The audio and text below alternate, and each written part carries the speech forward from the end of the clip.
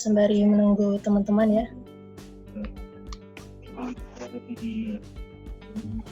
Ya, ini kepada para peserta dimohon untuk menonaktifkan audionya ya. Jadi ada di sebelah pojok kiri. Di sana ada terlihat mikrofon berwarna putih. Itu pastikan warnanya merah ya, Kak. Ada Jembrana, Lumbung di Karangasem, Singaraja. Dan ada menarik bahwa mereka sebagai kepada para peserta, jika nanti di perjalanan ada yang ingin ditanyakan, silakan dipersiapkan terlebih dahulu ya. Jadi insya Allah kita akan buka sama-sama ketika partisipan atau para pesertanya sudah paling tidak seperempatnya hadir ya.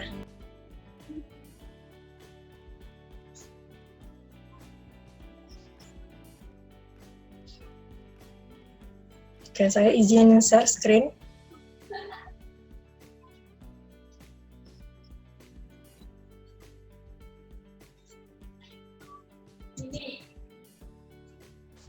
Kebetulan ini pembicara kita sudah hadir, jadi diharap mudah-mudahan para peserta sudah mengkondisikan dan segera bergabung ya. Tadi linknya sudah di-share di grup WhatsApp. Di sini juga teman-teman dari tim Ayo Baik Bareng sudah beberapa hadir. Nah ini pasti Kak Reza kenal banget, soalnya dari teman-teman Surabaya juga banyak Kak yang jadi kontributor di tempat kami, Masya Allah. Oh iya, alhamdulillah. Ya, ada Kak belum Vina, kenal ini kayaknya. Kak Vina, kemudian Kak Anggi. Oh, Vicky. Ya, Vina Vicky. Anggia. Terus sama Aisyah Kurnializa. Siap. Kenal sih kalau itu. Itu kayaknya timnya ya Kak ya? Timnya juga di sana.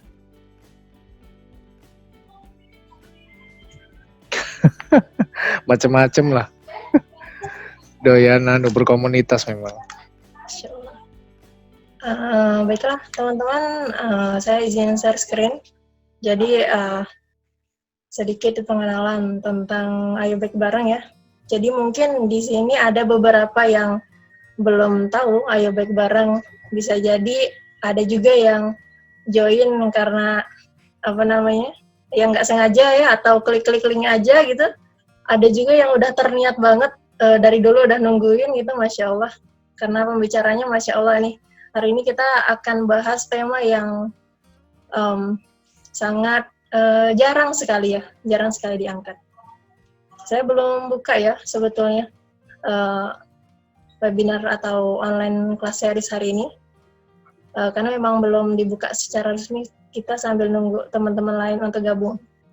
Jadi platform Ayo Baik Bareng ini adalah sebuah platform di mana sebuah komunitas ya, lebih tepatnya komunitas saat ini masih bergerak di sosial media digital seperti itu, dan kami ada beberapa serial, jadi seperti yang tertampilkan di layar sahabat semuanya. Jadi kita ada di Instagram ya, basisnya di Instagram tentang quotes berfaedah gitu. Kemudian di Twitter juga ada dengan nama yang sama, Ayo Baik Bareng. Kemudian kita keunggulannya yaitu di bagian video editing dan podcast. Namun yang lebih masif saat ini adalah podcast. Ya, podcast ini bisa diakses oleh sahabat semuanya di berbagai platform ya. Jadi kita udah mengudara di Spotify, kemudian di Anchor FM, kemudian di Google Podcast, Radio Publik, dan lain sebagainya. Insya Allah semua platform podcast kita sudah bisa diakses Kak. Seperti itu. Kemudian juga insya Allah juga kita di-share juga di IGTV, di Instagram TV, dengan durasi yang cukup pas lah untuk didengar ya, jadi tidak terlalu lama. Kemudian juga di YouTube, jadi bisa diakses seperti yang tampil di layar. Itulah beberapa platform kami. Insya Allah ini juga kita berkolaborasi ya. Salah satunya untuk pertemuan hari ini di online class series, insya Allah kita ada 2 kali pertemuan. Jadi bukan hari ini saja, mudah-mudahan teman-teman di sini yang sudah tergabung untuk kedepannya bisa ikut di besok ya. Besok insya Allah sama Sensei Solihin Abu Izzuddin. Banyak yang sudah kenal tentunya. Ya Ustadz ya, seorang Ustadz. Seperti itu. Kemarin kelas webinar ataupun online class series kita sudah berlangsung 4 ya. Dan inilah yang ketiga, jadi insya Allah besok yang keempat. Yang pertama itu tentang skill class, jadi belajar multimedia, bil khusus video editing, kemudian podcasting, seperti itu. Kemudian untuk editing visual art. Jadi menggunakan beberapa aplikasi yang mudah diakses, ada di handphone, Android atau Apple atau iPhone ya. Kemudian juga di di PC atau laptop seperti itu. Nah, insya Allah juga kita sudah share tutorial serta ada beberapa juga yang mengirimkan karyanya seperti itu. Ada yang berhasil ya, alhamdulillah. Itulah feedback ataupun impact yang kami harapkan dari para peserta. Ya, selain multimedia, mudah-mudahan juga di online class ini kita jadi sekarang belajarnya tentang sakofah ya, tentang wawasan, insight, ya, khusus di bidang kesehatan, Islamic view, insya Allah bersama Kak Redza Kusuma. Ya, alhamdulillah ini masih ada yang berdatangan, para peserta. Kita sepakati dulu barangkali, mulai jam berapa nih Kak? Atau kita start aja sekarang ya? Monggo. Di sini partisipannya ya ada beberapa sih Kak. Kalau yang terdaftar di WhatsApp group itu sekitar 30-an. Ya macam-macam. Jadi rata-rata ya seperti yang memang kami harapkan gitu ya, dari mulai SD gitu, yang SD juga ada, SD sampai kuliahan gitu, ya millennials ya, seperti itu. Dari Sabang sampai Merauke, tapi yang dari Aceh sepertinya belum hadir. Kalau yang kemarin itu ada yang dari Aceh Kak, Aceh sampai Jayapura. Ya ini jazakumullah mungkin ini ya, insya Allah kami buka terlebih dahulu dan kita mulai dengan jurnal syukur.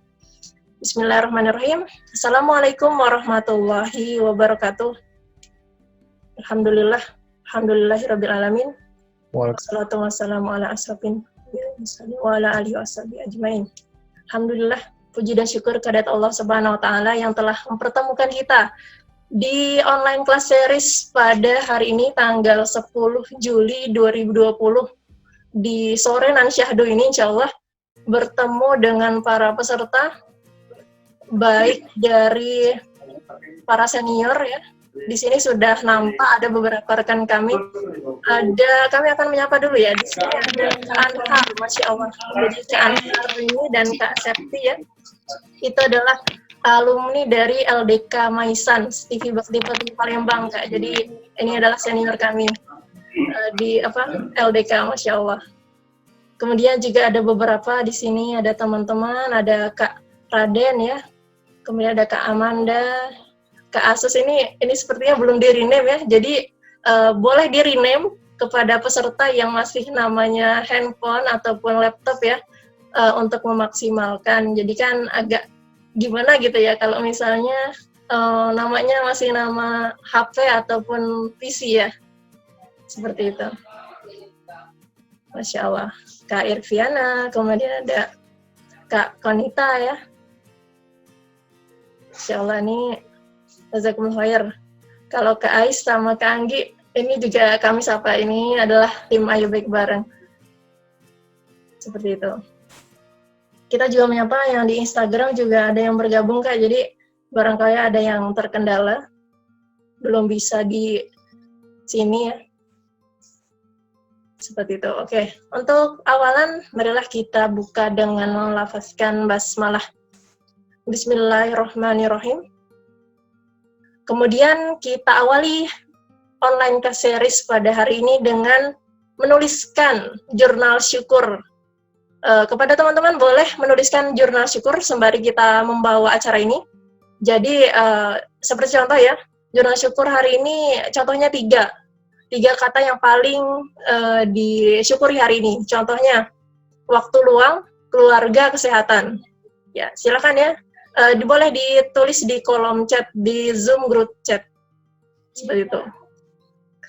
Ya, sembari menunggu teman-teman menuliskan jurnal syukurnya.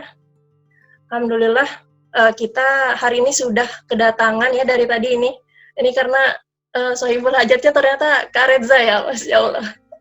Jazakallah khair Kak, sudah difasilitasi. Ini apa namanya? Bismillah, ini kami akan bacakan terlebih dahulu CV atau kurikulum vitae dari Kak Reza Kusuma yang akan jadi pembicara kita hari ini. Ya, Alhamdulillah. Jadi yang bersama kita hari ini adalah Kak Muhammad Reza Kusuma. Panggilannya Kak Reza ya. Kemudian kakak ini ada di Surabaya ya domisilinya. Domisili tetap ya Kak? Insya Allah. Insya Allah. Kota pahlawan, kota kenangan. Ya namun sepertinya jam terbangnya sangat tinggi teman-teman. Jadi sangat ini momen yang sangat epic sekali ya yang kita nantikan karena beliau ini jam terbangnya sangat tinggi. Insya Allah berbagi kebaikan pada kita semua. Kak Muhammad Reza ini lahir 7 November 1984 di Rungkut, Surabaya. Ya, beliau juga aktif di berbagai lini organisasi. Jadi, Masya Allah, manfaatkan sekali ya teman-teman yang masih kuliah. Seperti itu, untuk berorganisasi yang manfaatkan momennya untuk berlatih skill maupun soft skill dan hard skill ya. Jadi beliau ini adalah Ketua MPK SMA N16 Surabaya 2002-2003, kemudian Purna Paskibra Indonesia 2002-2004, Uswah Student Center Surabaya, Ketua Umum UKI Ubaya, kemudian member of Akademi Farmasi Islam Nusantara, kemudian member Sahabat Masjid Indonesia, Sinergi Masjid Indonesia, JPRMI Surabaya, pembina Lingkar Faedah, ini juga komunitas ya Kak, Lingkar Faedah. Siap. Masya Allah itu ya, Genggam Cahaya, kemudian ada Titik Ubah, komunitas Ayo Lebih Baik, Masya Allah. Kemudian pembina Futsal Mania, wah ini kawiyulzismnya juga terjaga ya Kak, atau kuat fisiknya gitu ya. Kemudian juga Kakak juga aktif di kajian Bambu Runcing, kemudian kemudian co-founder Yayasan Insan Muda Indonesia. Kemudian ini manajer, beliau ini manajer di Masjid Baitul Taqwa KPP Bea Cukai Tanjung Perak Surabaya. Masya Allah, ini senantiasa mengundang para pemateri yang luar biasa. Kemarin saya pernah ikut itu Ustaz Salim Afilah, Masya Allah. Jadi menasional sekali ini di Masjid Baitul Taqwa ini. Kemudian juga coach di FSL DK Surabaya, kami daerah Surabaya. Influencer aplikasi Ummah, wah ini aktif sekali. Jadi setiap dalam satu pekannya itu senantiasa nge-share ya Kak ya di aplikasi Ummah ya, Masya Allah, tentang sejarah tokoh-tokoh Islam seperti itu. Jadi memang beliau ini aktif di bagian sejarahnya Islam ya. Seperti itu. Kemudian juga influencer Halakoh Muda Produktif. Jadi jangan ditanya lagi, produktivitas dari Kak Reza ini insya Allah produktivitasnya itu sudah tidak diragukan insya Allah.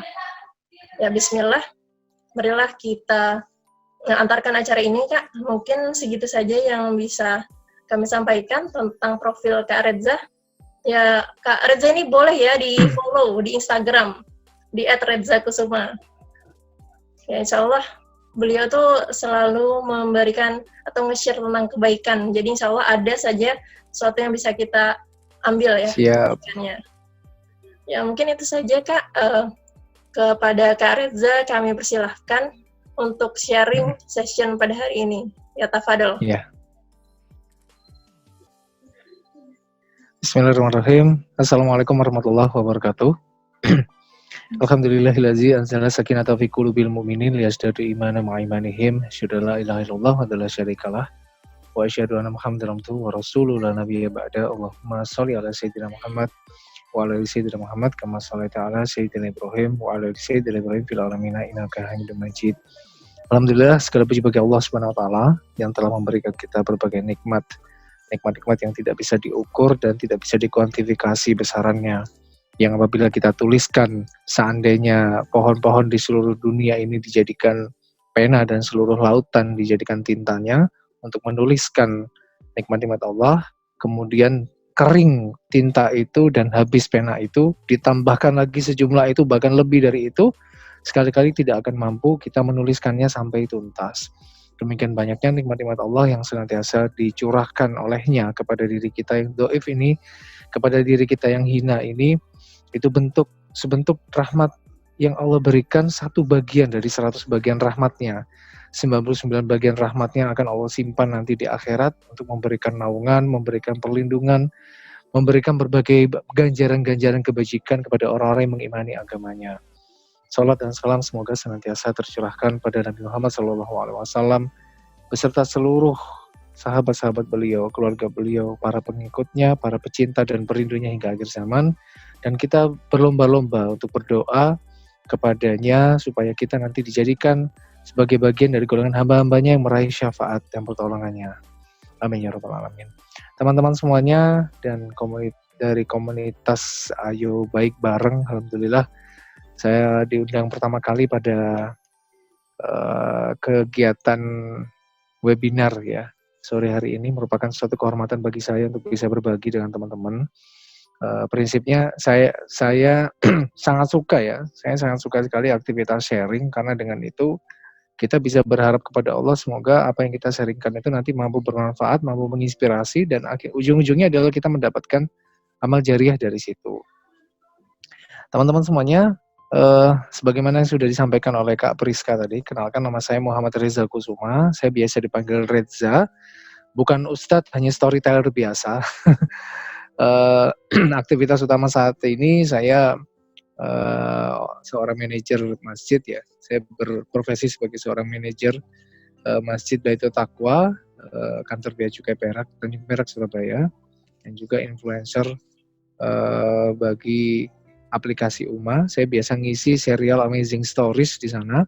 Insya Allah setiap hari Senin. Awalnya 2 kali sepekan, cuma setelah saya lihat jadwal kok kayaknya takut menzolimi janji gitu ya. Jadi saya kurangi. Jadi cuma sekali sepekan setiap Senin jam 19.30 sampai jam 20. Insya Allah saya akan sharing kisah-kisah inspiratif sahabat-sahabat Nabi. Setelah kisah-kisah sahabat Nabi usai, saya akan sharing kisah-kisah para tabi'in. Setelah itu kalau ada waktu, bismillah, saya lagi cari-cari literaturnya ya, kisah-kisah para tabi'in. Kemudian saya akan sharing kisah-kisah para ulama, para mujahidin, para tokoh-tokoh muslim sepanjang sejarah. Doakan aja moga-moga berhasil. Kenapa saya suka sejarah, dan ini juga merupakan concern saya saat ini ya, karena memang sejarah itu pertama genetika agama kita, genetika seorang muslim itu ada di situ teman-teman ya. Jadi kalau mau tahu bagaimana kita ini berawal ya, maka kita harus belajar sejarah. Termasuk juga kalau kita mencintai Rasulullah, mustahil kita bisa mencintai beliau kalau kita tidak belajar sejarah beliau.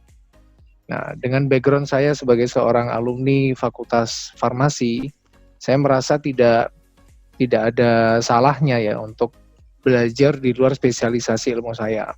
Prinsip saya belajar itu apapun ya, saya belajar apapun.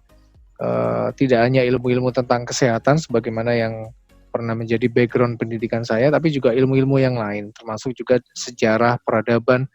Bahkan awal mulanya saya itu suka sama astronomi. Cita-cita saya waktu TK, waktu SD itu menjadi seorang astronot gitu ya. Karena memang melihat realita ya kayaknya nggak bisa jadi astronot itu, ya sudah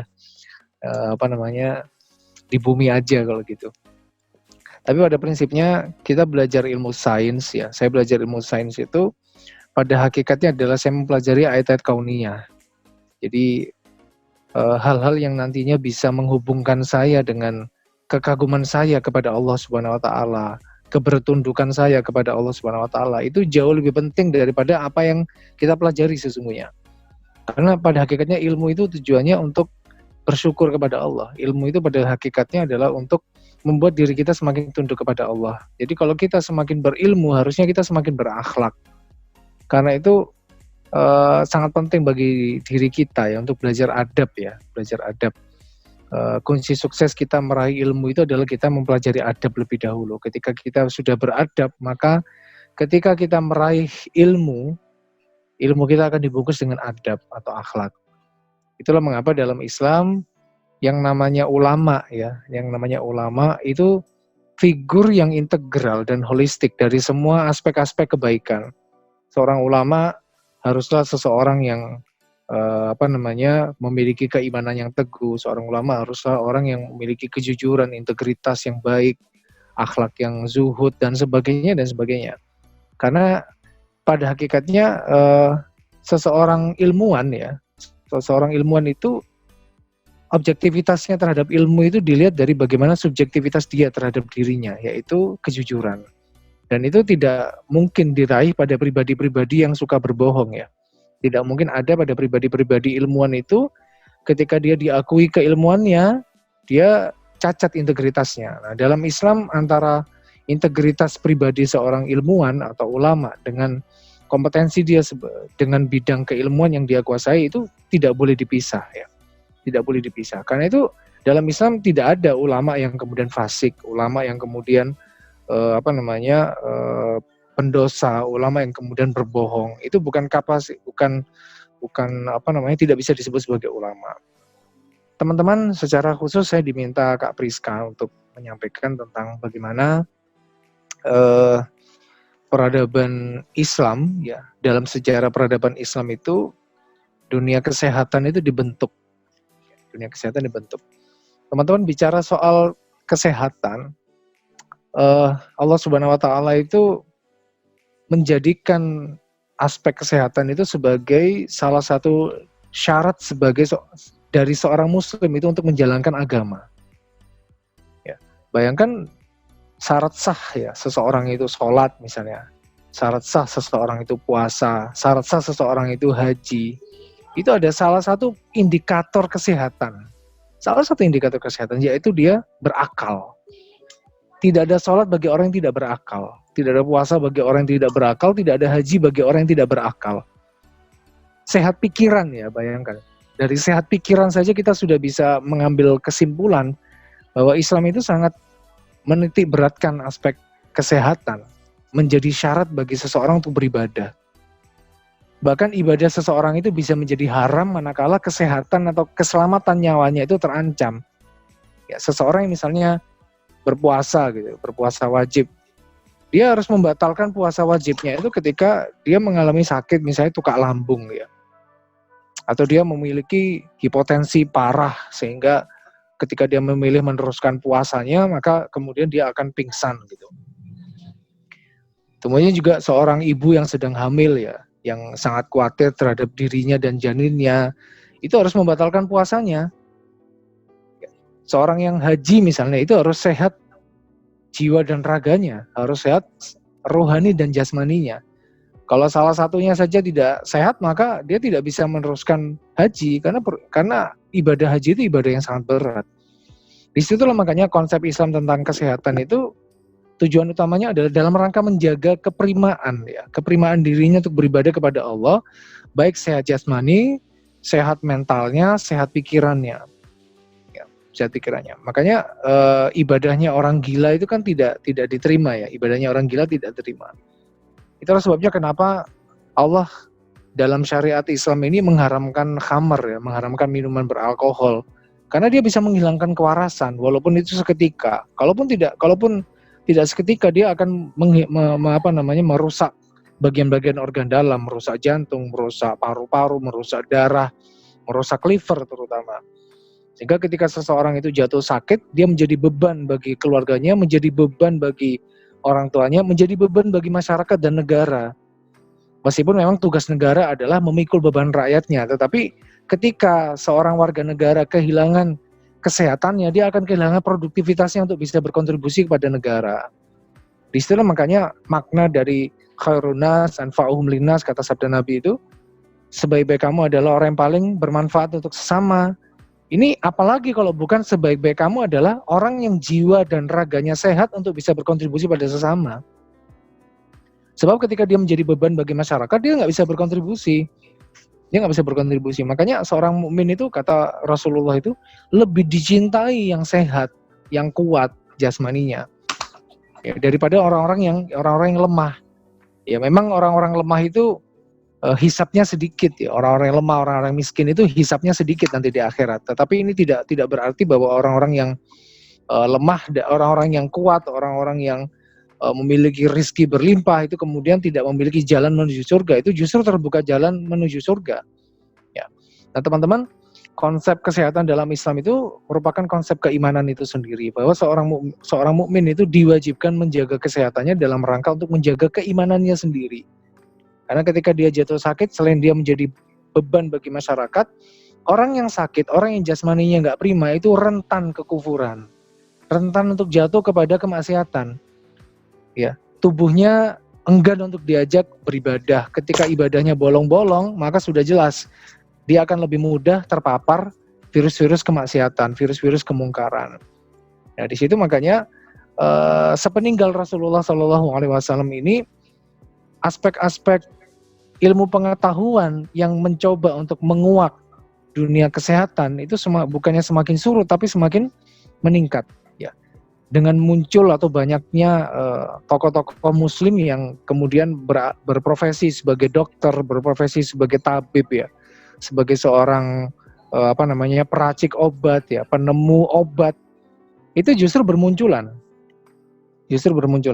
Saya tidak pernah mendapati literatur sejarah ya, satupun peradaban Islam dari berbagai dinasti, dari berbagai era dan peradaban, yang mana semakin luntur, semakin menurun karya-karya ilmuwan-ilmuwan muslim terhadap sains ya, termasuk kedokteran dan kefarmasian. Itu tidak pernah saya jumpai. Saya justru jumpai semakin kesini gitu ya, semakin mendekati era yang lebih modern begitu, temuan-temuan ilmuwan-ilmuwan muslim terhadap sains ya, terhadap ilmu kesehatan itu semakin melimpah ruah ya. Sebagai contoh misalnya kita bisa ketahui ya seorang dokter muslim ya, namanya Ibnu Nafis ya. Jadi saya dapati beliau lahir di Damaskus ya, Syria, kemudian sampai di sana menjelang dewasa. Lalu kemudian beliau berpindah ke Mesir ya. Dan kemudian di Mesir itu menjadi direktur bagi rumah sakit ya, Beliau kira-kira lahir dan besar menjalani profesi dokternya pada era dinasti Ayyubiyah. Ya, dinasti Ayyubiyah berarti kita bisa ketahui bahwa itu didirikan oleh salah satunya adalah Salahuddin Al-Ayyubi. Nah, jadi penemuan-penemuan beliau itu luar biasa ya. Sampai-sampai beliau itu dikatakan sebagai bapaknya sirkulasi paru-paru ya. Karena yang menemukan teori dan praktik ya. Jalurnya sirkulasi darah di paru-paru itu seperti apa, sirkulasi darah di jantung itu bagaimana. Beliau juga menemukan fenomena bahwa terjadi pertukaran ya, zat yang bisa melakukan atau meningkatkan metabolisme tubuh dengan zat yang hasil sisa metabolisme tubuh itu terjadinya di paru-paru. Ya. Proses respirasi itu beliau yang menemukan ya, terjadi pertukaran oleh zat yang kita sebut sekarang dengan oksigen dengan zat yang kita sebut dengan sekarang karbon dioksida, itu terjadi pertukarannya di paru-paru. Itu beliau sudah menemukan itu sebelum ilmuwan-ilmuwan barat yang lainnya. Bahkan beliau saking jeniusnya itu juga mampu untuk mengkoreksi ya kekeliruan-kekeliruan dari karya-karya Ibnu Sina ya, Jadi sampai membuat sebuah karya namanya Syarh Tashrih Al-Qanun ya. Jadi pembetulan atau koreksi terhadap tafsir kitab Qanun fi at-Tibi ya, karangannya Ibnu Sina. Ya, beliau sampai bisa melakukan koreksi-koreksi itu. Beliau juga melakukan pengelompokan dan klasterisasi penyakit yang itu tidak nampak pada kitabnya Ibnu Sina ya. Sehingga dengan koreksi dan kemampuannya itu beliau menjadi sangat terkenal di kalangan khalifah ya, di kalangan pejabat-pejabat negara, dan menjadi semacam dokter pribadi bagi kalangan pejabat. Nah, kemudian juga kita jumpai ya ilmuwan-ilmuwan yang lainnya, misalnya Ibnu Zur. Nama aslinya Abu Marwan Abdul Malik Ibnu Zur. Lahirnya ini kelihatannya orang Arab ini ya, tapi teman-teman tahu nggak, ini orang Spanyol tuh. Ini orang Spanyol, lahirnya di kota Sevilla ya. Orang-orang Barat menyebut Ibnu Zur ini dengan Avenzoar ya. Avenzoar. Beliau juga berasal dari kalangan kedokteran, ayahnya juga seorang dokter ya. Dan beliau ini juga selain dokter, beliau juga mempelajari sastra, hukum, dan perundang-undangan. Saya menggali banyak tokoh-tokoh dokter dan farmasi yang saya jumpai di sepanjang deret sejarah peradaban Islam. Dan saya temui ternyata para dokter, para farmasis itu selain mempelajari ilmu-ilmu yang berhubungan dengan kesehatan dan kedokteran dan pengobatan, itu ternyata juga mempelajari bidang-bidang yang lainnya. Sehingga mereka bukan hanya ahli di satu bidang saja, tapi juga ahli di bidang-bidang yang lainnya. Seperti Ibnu Sina itu juga ternyata seorang yang mempelajari hadis ya. Tapi kita lebih kenal dia sebagai seorang dokter daripada seorang ahli hadis. Beliau juga menulis buku tentang hukum, tentang astronomi. Ternyata figur-figur ilmuwan di zaman masa-masa lampau itu sangat kompleks teman-teman ya. Sangat kompleks ya. Ibnu Zur ini bahkan menulis sebuah buku judulnya Taisir fi al-Mudawat ya. Buku tentang perawatan dan diet. Jadi beliau mencetuskan sebuah kampanye tentang pola makan yang sehat. Dan itu bisa mengobati serta mencegah berbagai penyakit. Jadi penyakit itu sebaik-baik obat itu adalah obat yang mampu mencegah datangnya penyakit. Itu sebaik-baik obat. Bukan sekedar aspek kuratif atau penyembuhan, tapi sebenarnya preventif. Sebaik-baiknya obat itu ketika dia dikonsumsi, maka kita akan terjaga dari penyakit. Itu sebaik-baiknya obat menurut beliau. Sehingga beliau mengatakan sesungguhnya penyakit itu pasti datangnya dari perut atau apa yang kita makan. Maka obatnya itu adalah hal-hal yang bisa mencegah kita kedatangan penyakit dari makanan kita. Maka pilihlah makanan-makanan yang sehat, pilih makanan-makanan yang bernutrisi. Teman-teman, kalau kita jumpai ya, makanan yang kita konsumsi hari-hari ini, itu makanan yang memang jauh sekali dari tuntunan Islam. Ya. Kita kebanyakan mengkonsumsi ya, makanan itu sekedar halal saja. Tapi padahal tuntunan Islam itu halalan, thayyiban, nafi'an, mubarakan. Ya. Itu konsep makanan dalam Islam itu begitu. Selain halal, dia thayyib, dia baik. Dia bernutrisi, dia tidak merusak tubuh. Kemudian apa? Nafi'an, bermanfaat, menghasilkan daya produktivitas. Jadi bukan makan yang kemudian menghasilkan rasa kantuk, kekenyangan, ya cita rasanya tinggi tapi kemudian bikin ngantuk, nggak produktif, akhirnya mager begitu. Lalu mubarakan, menjadi berkah. Ketika makan tidak terlalu kenyang, tetapi mampu untuk bisa melampaui sampai 10 jam misalnya. Itulah keberkahan. Di situ makanya kalau kita jumpai ya, kenapa ya? Generasi-generasi terdahulu itu makannya sedikit, tapi mereka bisa berjihad di jalan Allah, mereka bisa betah berjam-jam ya. Teman-teman, kalau kita ketahui Imam Malik itu ketika menulis kitab Al-Muwatta, itu beliau menulis kitab itu selama 10 tahun ya. Dan beliau menulis setiap hari kitab itu. Teman beliau itu adalah kopi. Tapi bukan kopi-kopi seperti yang kita minum hari ini, kopi yang banyak racikannya, banyak pewarnanya, banyak pengawetnya, perasa, pengaromanya itu terlalu banyak. Tapi kalau di kopi yang didefinisikan oleh para ulama-ulama itu adalah minuman sehat yang kemudian bisa membuat kita melek untuk beribadah kepada Allah. Menulis ilmu, menciptakan ilmu dan menulisnya, itu merupakan ibadah yang juga tinggi nilainya di sisi Allah. Dan itu dilakukan oleh generasi-generasi terdahulu. Sehingga kopi dalam definisi peradaban Islam itu adalah minuman yang bisa menguatkan kita untuk bertahan guna beribadah atau menulis ilmu atau menimba ilmu. Nah teman-teman, pengetahuan dalam Islam itu sangat didorong ya. Islam itu bukan agama yang anti kepada sains ya.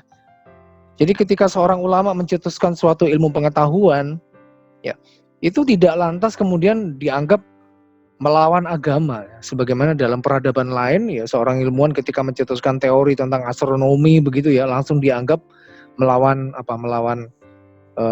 otoritas dari lembaga agama begitu. Kita kan tahu ya kisah-kisah inkuisisi gitu ya di era-era abad pertengahan, era medieval itu ilmuwan-ilmuwan yang akhirnya dihukum mati dan sebagainya itu karena peradaban Barat menitik beratkan pada otoritas tokoh-tokoh agama atau lembaga keagamaan yang sebenarnya tidak memiliki kompetensi untuk berbicara ilmu pengetahuan. Ini bedanya dengan peradaban Islam, teman-teman ya. Bedanya dengan peradaban Islam.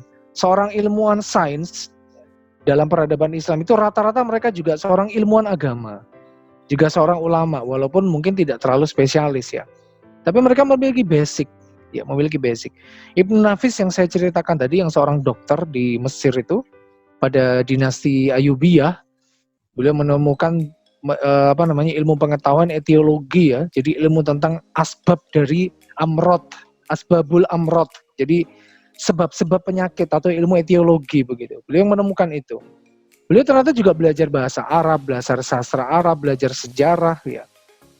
Salah satu ilmuwan yang sangat kompleks misalnya Ibnu Khaldun ya. Ibnu Khaldun itu pencetus teori ekonomi modern sebenarnya ya. Tentang tentang produksi dan demand ya, produksi dan permintaan. Beliau mencetuskan teori sosiologi, mencetuskan teori tentang politik. Beliau juga seorang sosiolog, beliau juga seorang ilmu humanioranya sangat kompleks ya, ilmu ke Ibnu Khaldun. Bahkan pembukaan dari ilmunya namanya Muqaddimah itu jadi satu buku sendiri. Nah, kita bisa melihat perhatian Islam, perhatian peradaban-peradaban Islam di masa lampau terhadap kemajuan ilmu pengetahuan dan teknologi itu luar biasa pesatnya. Tidak dihalang-halangi. Justru ulama-ulama itu mendapatkan porsi besar. Anggaran negara itu diperuntukkan, dialokasikan untuk mendukung karya-karya para ulama. Sehingga memang para ulama itu tidak lagi berpikiran bagaimana mengurusi keluarganya, mengurusi dirinya. Karena semua sudah di-backup oleh negara. Mereka hanya fokus kepada riset, fokus kepada penelitian, fokus kepada penjelajahan, pada eksperimen dan sebagainya. Sebagai contoh misalnya Ibnu Batutah ya. Ibnu Batutah yang pada abad dinasti Abbasiyah beliau didanai oleh negara sehingga bisa mempelajari berbagai peradaban, pergi ke 44 negara pada awal abad 12 itu. Termasuk ke Samudra Pasai, Aceh. Ya. Jadi beliau itu melakukan perjalanan ke 44 negara selama bertahun-tahun kemudian menetap di India. Ya, Ibnu Batutah ini itu dana dari negara itu besar. Pada era kekhalifahan Umar bin Khattab aja seorang ilmuwan Quran ya, ilmuwan yang ulama yang fokus kepada ilmu Al-Quran, pengajar Al-Quran ya, itu gajinya kurang lebih 15.000 dinar ya. 15.000 dinar. Satu dinar itu 22,4 gram emas, 4,25 gram emas, 22,4 karat. Yang per 28 April 2020 satu dinar itu dihargai Rp3.944.000 ya. Jadi besar sekali. Gaji seorang pengajar Quran itu besar sekali. Perhatian Islam, ya perhatian peradaban Islam, kekhalifahan Islam, dinasti-dinasti Islam kepada ilmu pengetahuan, kepada ulama itu sangat tinggi. Maka inilah yang disebut dengan peradaban. Peradaban itu begini maknanya. Peradaban itu berarti negeri yang beradab. Negeri yang beradab. Adab itu apa sih? Meletakkan sesuatu sesuai dengan proporsinya. Maknanya dekat dengan adil. Adab itu. Maka peradaban itu adalah suatu kompleksitas negara dan warga yang menempatkan sesuatu sesuai dengan proporsinya. Ilmu pengetahuan itu posisinya dalam Al-Quran itu tinggi loh ya. Posisinya dalam Islam itu ilmu itu sangat tinggi. Orang yang berilmu kata Allah itu ditinggikan beberapa derajat daripada orang yang nggak punya ilmu. Bahkan seorang pemimpin negara itu harusnya adalah seorang ulama. Makanya Khulafaur Rasyidin yang 4 itu Abu Bakar, Umar, Utsman dan Ali itu seorang mufti, ya, seseorang yang ulama juga. Beliau ini mampu berijtihad dengan sendiri, ya, tanpa memerlukan panduan buku, panduan ilmu dari guru, karena gurunya langsung Rasulullah. Mereka adalah tokoh-tokoh Islam yang sangat tahu bagaimana pola kehidupan Rasulullah dan bagaimana memecahkan persoalan masyarakat dengan tuntunan kitabullah dan sunnah-sunnah Nabi. Ya. Seorang khalifah itu seyogianya juga seorang ulama. Supaya apa? Supaya seorang pemimpin politik ya. Kenapa kok harus seorang ulama? Supaya pemimpin politik itu menghargai ilmu. Sehingga tidak menghargai pencitraan, tidak menghargai materi, tidak menghargai orang-orang yang justru jauh dari ilmu dan kemuliaan. Ketika pemimpin itu adalah seorang ulama, pemimpin itu paham agama, dia akan menempatkan posisi ilmu pengetahuan itu di posisi yang paling tinggi. Teman-teman, berbagai peradaban Islam ini kalau saya telusuri literasinya, ternyata di seluruh peradaban Islam itu yang namanya masyarakat yang sehat, masyarakat yang higienis, masyarakat yang sanitasinya terjaga, itu gampang dijumpai di mana-mana. Ketika Andalusia di masa kejayaannya, dinasti Umayyah kedua ya Andalusia itu. Umayyah pertama di Damaskus, Syria. Andalusia itu seperti negeri yang bisa dikatakan negeri dongeng ya. Masyarakatnya melek kepada akhlak, masyarakatnya melek kepada ilmu pengetahuan, masyarakatnya menjaga kebersihan. Ketika Spanyol itu di sana lampion itu menerangi seluruh jalanan kota, industri sabun, kosmetik dan kebersihan badan ya itu sangat maju ya. Masyarakat Eropa sekitar Spanyol itu justru terpuruk kepada kegelapan. Bagaimana masyarakat Eropa pada waktu itu terkena flu misalnya, terkena penyakit pes ya. Masyarakat Andalusia lah yang kemudian paling survive, paling selamat. Jadi ketika masyarakat Muslim itu sudah mengenal yang namanya kebersihan badan, mandi dan sebagainya, orang-orang Eropa masih menganggap mandi itu bukanlah sebuah kebutuhan. Dari situ kemudian banyak kena penyakit kulit, kena penyakit kusta ya, kena penyakit pes dari tikus karena mohon maaf kemproh begitu ya, hidupnya kotor ya, hidupnya tidak memperhatikan kebersihan ya. Islam sangat mengajarkan kebersihan, bahkan perintah untuk sholat saja harus bersih ya, berwudu minimal. Bahkan setiap Jumat minimal kita tuh diarahkan untuk mandi, ada sunahnya kan, sunah mandi pada waktu hari Jumat. Itu menegaskan betapa Islam itu memuja kebersihan. Ketika Baghdad misalnya, di situ ada namanya Baitul Hikmah ya. Baitul Hikmah itu perpustakaan raksasa negara. Ya, perpustakaan raksasa. Ilmuwan Muslim banyak yang menjadi kepala perpustakaan di situ. Jadi kepala perpusnya itu seorang peneliti. Ya, itu syarat apa namanya sebuah peradaban itu menghargai intelektualitas ya. Simbol intelektualitas itu kan salah satunya perpustakaan dan laboratorium. Ya. Itu bukan sekedar orang yang paham tentang ilmu menata buku, bukan itu definisi kepala perpustakaan di era kekhalifahan Abbasiyah itu. Ya. Tapi kepala perpustakaan itu adalah seorang ilmuwan. Jadi kita bisa lihat ketika Baghdad itu dengan lampu sinarnya yang megah ya, dengan berbagai apa namanya kualitas tingkat peradabannya yang sangat tinggi, ilmu kedokteran pesat ya. Masyarakat Eropa justru menganggap ketika seseorang itu kena penyakit ayan ya, kejang-kejang gitu, malah digergaji kepalanya. Kenapa? Karena ada setan di situ yang disebut dengan aktivitas eksorsisme. Jadi justru bukan diobati panasnya, tapi justru digergaji kepalanya supaya setannya keluar dan tidak menular kepada orang-orang sekitarnya. Kita bisa melihat peradaban Islam di masa itu luar biasa tinggi, teman-teman ya. Luar biasa tinggi. Ya, perhatian negara terhadap kesehatan, terhadap ilmu pengetahuan, ya, dunia kedokteran itu sangat pesat ya. Ada ilmuwan yang ahli botani ya, menciptakan sebuah buku, mengkaryakan sebuah buku berisi 1.400 lebih tanaman obat, tanaman beracun, itu petanya ada. Ibnu Baitar namanya, jadi ahli botani begitu ya. Kemudian ilmuwan yang bergerak di bidang matematika, geometri, misalnya Al-Khwarizmi ya. Al-Khwarizmi itu nama kota sebenarnya, nama kota Khwarizm namanya, Khwarizm di negara Uzbekistan. Uzbekistan itu salah satu negara di Asia Tengah, ya, negara-negara Balkan yang banyak memproduksi ulama-ulama, banyak memproduksi akademisi-akademisi, teman-teman. Ya.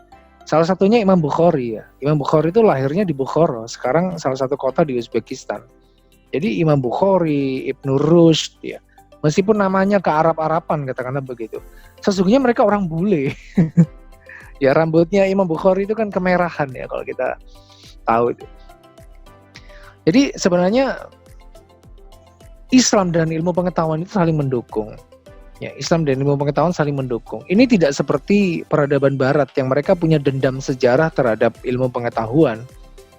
Ya, dendam sejarah yang saya maksud itu adalah peradaban Barat di mana ketika ilmu pengetahuan itu naik ke permukaan, lembaga otoritas keagamaan ini merasa tersaingi, sehingga terjadilah konflik terus-menerus antara seorang agamawan dengan seorang ilmuwan. Maka disitulah muncul sekulerisme. Ya, sekulerisme itu lahir dari peradaban Barat yang sangat bertentangan dengan ilmu pengetahuan dan teknologi. Makanya teman-teman, agama berusaha dipisahkan dari yang namanya kehidupan bernegara, karena memang negara nyata-nyata telah menjadi musuh. Ya. Ilmu pengetahuan telah menjadi musuh bagi agama, sehingga posisi agama betul-betul terancam. Itulah kemudian sekulerisme lahir sebagai bentuk balas dendam sejarah. Agama betul-betul disingkirkan dari negara, karena ketika agama mengurusi negara, agama akan menjadi musuh bagi ilmu pengetahuan yang sedang dikejar, yang sedang diraih oleh negara. Begitu sedikit sekilas tentang sekulerisme, teman-teman. Makanya ide-ide sekulerisme itu tidak bisa laku, ya, tidak bisa laku diinjeksikan ke tubuh umat Islam.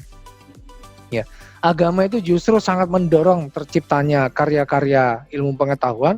Ilmu pengetahuan justru semakin mengokohkan posisi agama, posisi keimanan. Ya, makanya kita tidak pernah jumpai ya, konflik-konflik agama dengan negara, konflik-konflik agama dengan ilmu pengetahuan di masa peradaban Islam, karena saling mendukung. Ya, saling mendukung. Nah, di situ kemudian saya memberikan sebuah gambaran ya teman-teman ya, betapa pandangan Islam ya terhadap ilmu pengetahuan tidak terkecuali terhadap ilmu-ilmu kedokteran, farmasi dan kesehatan itu sangat-sangat maju di waktu itu. Teori-teori tentang kesehatan itu banyak bermunculan ya. Salah satu teori Islam tentang dunia kesehatan itu tidak bisa dipisahkan dari keimanan. Jadi di antara terapi paling utama dalam terapi Islami itu adalah berterapi dengan Al-Quran atau yang disebut dengan ruqyah syariah. Seseorang yang hendak menyembuhkan orang lain ya, seorang dokter yang hendak menyembuhkan seorang pasien, itu wajib membekali pasiennya dengan panduan-panduan Qur'ani tentang sehat. Seperti misalnya makan dan minum dari zat yang halal, itu sangat mempengaruhi kesehatan. Karena jangan sampai seseorang itu sehat secara fisik tapi tidak berkah hidupnya. Sekedar sehat saja, fungsi-fungsi organnya berjalan dengan baik, tapi hidupnya tidak berkah. Hidupnya tidak berkah, tidak bermanfaat bagi orang lain misalnya. Atau kesehatannya tidak tercapai dalam waktu yang cukup lama. Sebentar sehat, sebentar kemudian sakit, terus seperti itu. Jadi dalam Islam itu yang namanya kesehatan itu nggak bisa dilepaskan dari kesehatan iman ya, kesehatan keimanan. Makanya salah satu panduan utama seseorang itu untuk sehat, terapinya adalah dia dekat dengan Al-Quran dulu. Siapa yang dekat dengan Al-Quran, insya Allah akan terjaga terus kesehatannya. Nabi sudah memberikan banyak ya panduan-panduan Islam tentang bagaimana itu sehat dengan Quran itu. Ya, sehat dengan Quran. Allah berfirmankan, wa nunazzilu minal Qur'ani ma huwa syifa'u wa rahmah. Wala yazidu dzalimina illa khasara. Jadi Allah telah turunkan Al-Quran ini bagi orang-orang beriman itu syifa'u wa rahmah, obat dan cinta, obat dan kasih sayang, obat dan rahmat dari Allah. Sehingga berobat dengan Al-Quran itu keniscayaan, bukan tahayul, bukan alternatif. Berobat dengan Al-Quran itu utama. Ya. Yang kedua, secara tidak langsung sebenarnya Nabi itu mengajarkan kita berobat, menjaga kesehatan itu dengan menjadikan makanan sebagai obat, makanan yang halal dan thayyib. Ya. Makanan yang halal dan thayyib. Jadi sebenarnya sederhana ketika misalnya Rasulullah itu disebutkan dalam hadis, Rasul suka jeruk, Rasul suka mentimun, Rasul suka semangka, Rasul suka pisang, Rasul suka anggur, ya. Anggur yang dikeringkan maupun anggur segar. Kemudian Rasul suka kurma, madu misalnya. Itu ada alasan.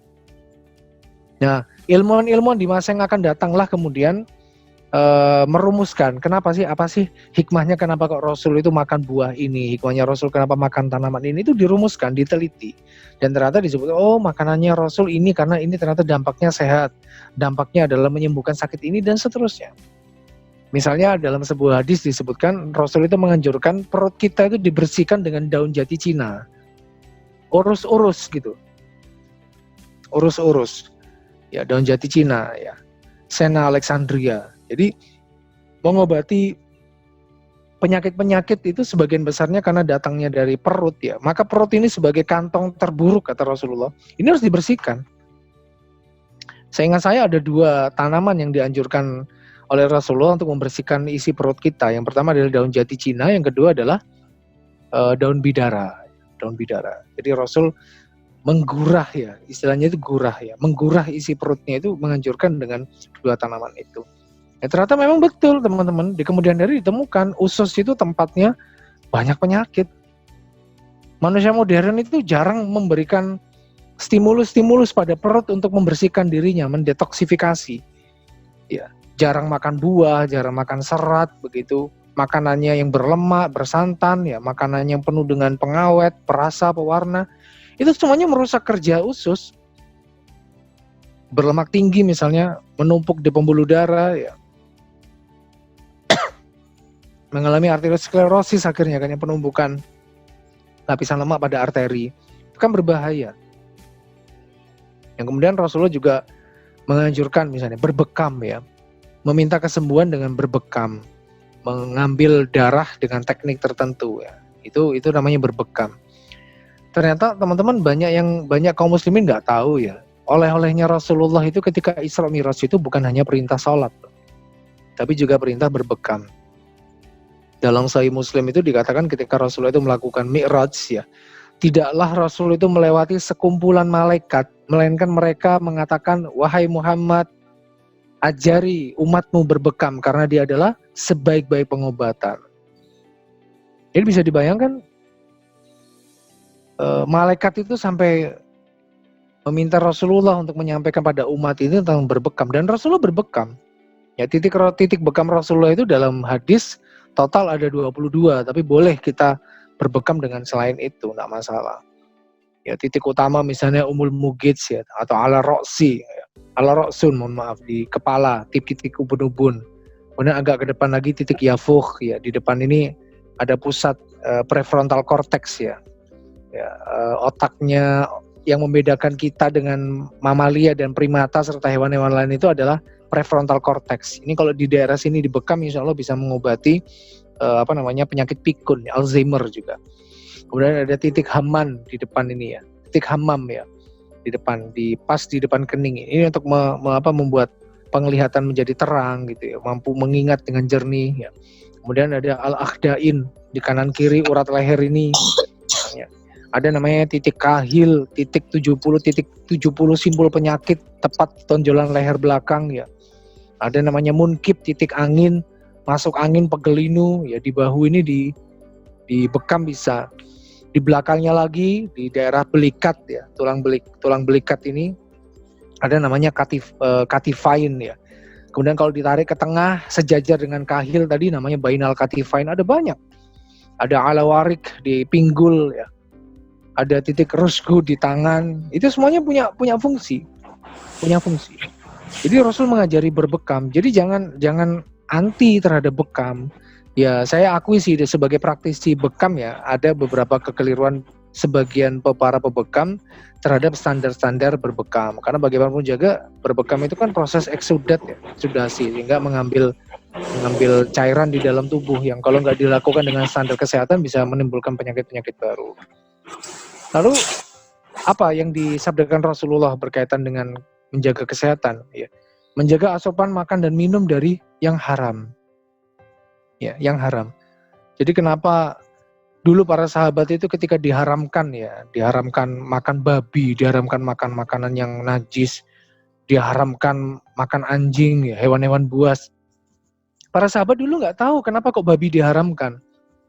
Ilmu pengetahuan kemudian membuktikan bahwa babi itu identik dengan berbagai penyakit ya. Berbagai penyakit teman-teman. Kalau dahulu para sahabat ketika mendapati ayat perintah Rasulullah bahwa babi itu haram sudah nggak pakai tanya. Nggak dimakan gitu. Baru kemudian di kemudian hari ditemukan bahwa ternyata babi itu mengandung banyak penyakit. Nah ini tidak berarti bahwa ketika kita berhasil melakukan rekayasa ya, melakukan rekayasa supaya babi ini akhirnya sehat. Itu tidak lantas menjadikan babi itu jadi halal, nggak begitu. Karena tujuan diharamkannya, tujuan ayat yang mengharamkan babi itu adalah pengharaman itu sendiri, bukan karena babinya. Ya, bukan karena babinya. Nah kemudian apalagi teman-teman petunjuk Rasulullah terhadap menjaga kesehatan ya, terhadap menjaga kesehatan. Makan dan minum secukupnya, nggak kekenyangan begitu ya, nggak kekenyangan. Karena ketika seseorang itu kenyang, terbukti ya ketika makanan itu masuk ke lambung, kemudian dicerna usus, seluruh energi yang dipakai untuk metabolisme itu diarahkan ke situ. Diarahkan ke arah lambung untuk mencerna makanan. Sehingga semakin kenyang kita, semakin banyak pula sebenarnya energi yang dibutuhkan. Sehingga apa? Ngantuk. Orang kalau sudah ngantuk ya akhirnya malas beribadah. Bisa-bisa malas beribadah begitu. Nah ini ada banyak sekali teman-teman ya. Islam itu memandang kesehatan itu seperti Islam itu memandang ibadah. Karena seorang muslim ketika sakit dia menjadi tidak produktif bagi ibadahnya, bagi agamanya. Tidak bisa berkontribusi bagi negaranya. Ini pandangan Islam terhadap dunia kesehatan. Makanya teman-teman, khususnya teman-teman milenial ya, kita ini adalah generasi yang insya Allah akan menjadi penduduk Indonesian bonus demografi 2030 sampai 2040. Satu dekade itu Indonesia ini akan mengalami namanya bonus demografi. Di mana usia produktif seseorang berusia 15 sampai 40 tahun itu mendominasi sampai 70%. Itu namanya bonus demografi. Pada fenomena bonus demografi tahun 2030 sampai 2040 ini, kita harus siap menjadi sebenar-benarnya generasi yang sehat luar dalam, ya, sehat jasmani dan rohani. Dan kita bisa kok, ya, kita bisa kok dengan memperhatikan kesehatan dengan belajar dari masa lampau. Gimana sih generasi-generasi terdahulu itu berbicara soal kesehatan ya. Gimana sih generasi terdahulu itu konsep Islam terhadap kesehatan itu kayak mana sih gitu. Kita bisa mencari itu dari literatur peradaban kita. Selain kita juga mengikuti protokol kesehatan, ilmu-ilmu kesehatan paling update hari ini begitu. Teman-teman, orang zaman dahulu itu unik ya. Misalnya orang Indonesia ketika mencari obat bagi penyakit kuning ya, penyakit liver begitu. Itu karena tidak tahu penyakit liver ini bisa disembuhkan dengan apa, maka Allah memberikan ilham ya, kepada masyarakat kita, oh ternyata untuk mengobati penyakit kuning, carilah tumbuh-tumbuhan yang di situ ada warna kuningnya. Misalnya temulawak, kemudian rimpang-rimpang ya, jahe misalnya, kunir. Ternyata setelah diteliti ternyata memang itu obat bagi penyakit liver ya. Teman saya itu pernah kena sakit fatty acid gitu ya. Jadi heparnya itu ditumpuk sama fatty acid. Jadi asam lemaknya itu banyak menyelubungi livernya. Parah itu katanya. Dia mau nyoba pengobatan alternatif ya, kemudian nyari saya. Ya udah aku cariin kapsul temulawak akhirnya. Dia pesan 20 biji langsung, 20 botol gitu ya. 20 botol. Kemudian saya tanya gimana gitu. Setelah 1 bulan, menurun, aku pesan lagi 20 lagi. Jadi pesan total itu 40 gitu. Maksudnya memang itu benar ya. Kearifan lokal dari tanaman-tanaman herbal kita di Indonesia itu banyak sekali. Apalagi di musim pandemi sekarang ini teman-teman ya. Musim pandemi sekarang ini yang protokol kesehatan mau nggak mau harus kita terapkan pada diri kita. Social distance, memakai face shield, kemudian memakai masker dan sebagainya kalau berada di kerumunan orang begitu ya. Kita juga bisa mengkonsumsi suplemen-suplemen yang bisa meningkatkan imunitas kita. Ada salah satu tanaman herbal yang saya rekomendasikan itu adalah hilbeh ya, hulbah. Hulbah itu atau Trigonella Phoinum Graecum atau kelabet itu ya. Itu sangat direkomendasikan untuk meningkatkan imunitas tubuh di hari-hari seperti ini. Saya bisa katakan kelabet itu seperti habatus saudanya Indonesia ya. Habatus saudanya Indonesia, jinten hitamnya Indonesia. Kalau Rasulullah mensabdakan bahwa semua penyakit itu ada obatnya kecuali kematian, dan obatnya itu adalah jinten hitam gitu ya. Meskipun itu tidak berarti bahwa seluruh penyakit itu akan cocok dengan jinten hitam ya. Menafsirkan hadis itu nggak bisa serampangan kayak gitu ya. Menafsirkan hadis itu nggak bisa serampangan kayak gitu. Nah, di musim pandemi seperti sekarang ini sangat dianjurkan bagi kita untuk meningkatkan imunitas dengan jalan-jalan yang kalau menurut saya ya sangat dianjurkan oleh Quran, sangat dianjurkan oleh Nabi, mengkonsumsi madu, mengkonsumsi herbal-herbal yang dianjurkan oleh Nabi, meskipun tidak harus persis gitu ya. Substansinya adalah kita menjaga kesehatan dengan menjaga makanan dan minuman yang jelas halalnya gitu. Itu barangkali teman-teman sedikit tentang Islamic Insight ya, cara pandang Islam terhadap kesehatan, dunia kesehatan. Kalau misalnya ada pertanyaan atau diskusi yang bisa saya jawab, saya bantu jawab. Kalau tidak, maka akan jadi bahan diskusi kita insyaallah. Aku qouli hadza wa astaghfiru lakum innahu huwal ghafurur rahim. Assalamualaikum warahmatullahi wabarakatuh.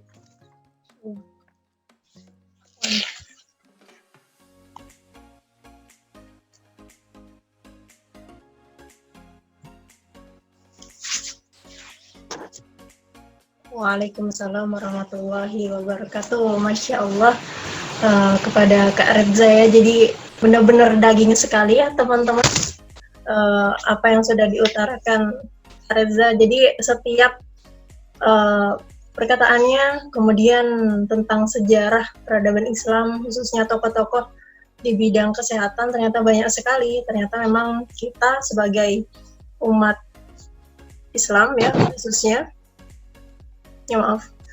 umat Islam khususnya memang harus senantiasa bersyukur ya atas segala sesuatu yang telah Allah berikan, terutama nikmat kesehatan yang telah kita dapatkan sehingga kita bisa bertemu pada saat ini.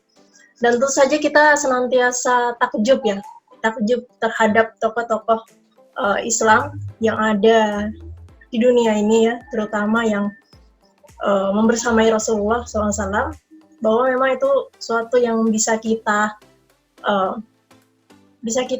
aplikasikan, bisa kita contoh, sehingga insight itu bukan hanya sekedar insight, tapi bisa kita teladani minimal bagaimana mereka bermujahadah atau mencoba berusaha tentang belajar Islam, sejarah Islam, kemudian bagaimana mengaplikasikan bahwa ternyata pribadi Muslim kemudian itu tidak menyurutkan langkah untuk berusaha untuk mencari ilmu, untuk nge-share atau berbagi kepada sesamanya, seperti itu ya. Masya Allah. Jadi seperti yang Kakak tadi jelaskan, memang banyak sekali ya Kak tokoh-tokoh Islam ya, terutama yang di Andalusia itu Masya Allah sekali ya. Jadi memang mengubah semuanya ya. Pada saat itu yang tadinya betul-betul kotor ya, betul-betul kotor, bahkan nggak tahu cara mandi, nggak tahu apa parfum ya. Mungkin teman-teman banyak yang sudah tahu atau belum tahu bahwa EO the toilets itu parfum itu ternyata ya asalnya dari itu tadi, karena dia cari wewangian itu ternyata dari apa? Dari orang Islam. Nah itu mereka justru menggunakan wewangian itu untuk membersihkan diri, padahal seharusnya membersihkan diri itu ada cara-cara yang lebih baik, yaitu toharoh ya kalau orang Islam menyebutnya. Masya Allah. Belum lagi apa? Toti-poti ya kalau tidak salah. Toti-poti itu ijakan kaki yang untuk orang, kalau misalnya, maaf ya, BAB, kan kalau kita memang orang Islam itu disuruh jongkok ya, disuruh jongkok. Nah, itu sekarang dikembangkan ya, baru-baru ini juga itu. Ternyata yang baik itu untuk buang air, yaitu tuh harus menggunakan dudukan. Iya, harus jongkok memang, seperti itu ya. Jadi ada tambahan, dari WC duduk dikasih tambahan lah toti-poti dan harus beli lagi gitu ya. Ternyata ya alhamdulillah kita yang menggunakan WC biasa gitu ya, alhamdulillah itu emang sudah seharusnya ya, Masya Allah. Sudah seharusnya begitu. Bahkan memang kenapa kok Rasulullah itu tidak pernah disebutkan di dalam literatur sejarah manapun ya, tidak pernah sakit kecuali demam, itu pun 2 kali ya, ketika Rasulullah disihir oleh wanita Yahudi dan menjelang wafatnya beliau. Termasuk juga beliau nggak pernah ada riwayat kena wasir gitu ya. Itu karena memang perilaku beliau, pola hidup beliau ketika mohon maaf buang air besar begitu itu jongkok. Jadi memang apa yang beliau lakukan, contohkan kepada umatnya itu secara tidak langsung mengeliminasi banyak penyakit.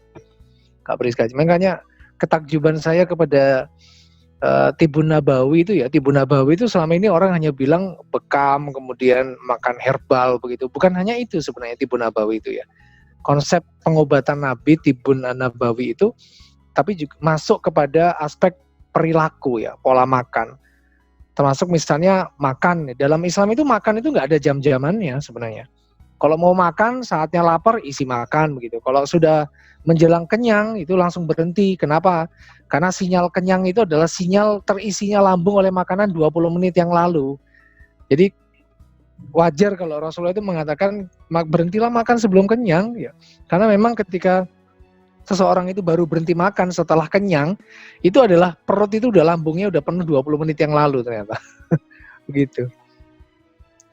Insya Allah ya. Jadi kita juga enggak boleh jolim ya dari Iya, kita betul. gitu.